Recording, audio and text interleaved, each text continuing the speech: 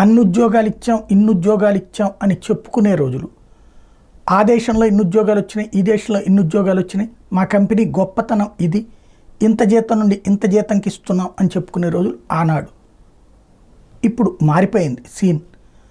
ప్రపంచం artificial intelligence వైపుకి వెళ్తున్న దశ కావచ్చు, లేదంటే ఆర్థిక మాంద్యపు పరిస్థితులు కావచ్చు, కుప్పకూలిపోయినటువంటి స్టాక్ మార్కెట్ ఇంపాక్ట్ కావచ్చు, యుద్ధ వాతావరణాల ఇంపాక్ట్ కావచ్చు, రెసిషన్ ఆరంభమైంది అనడానికి సజీవమైనటువంటి సాక్ష్యం తాజాగా ఏదైతే కంప్యూటర్లకు సంబంధించిన సంస్థ డెల్ 12,500 మంది ఉద్యోగులని తొలగించడానికి నిర్ణయించుకుంది, ప్రక్రియ ప్రారంభించేసింది. పింక్ స్లిప్ కార్యక్రమం ప్రారంభమైపోయింది.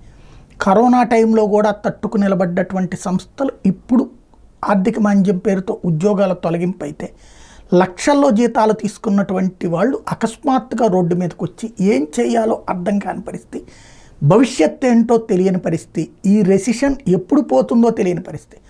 సాధారణంగా సోషల్ లేకపోతే పొలిటికల్ సోషియో ఎకనామిక్ సిచ్యుయేషన్స్ తెలిసినటువంటి వాళ్ళకి కొంత ఈ పరిణామాల మీద అవగాహన ఉంటుంది.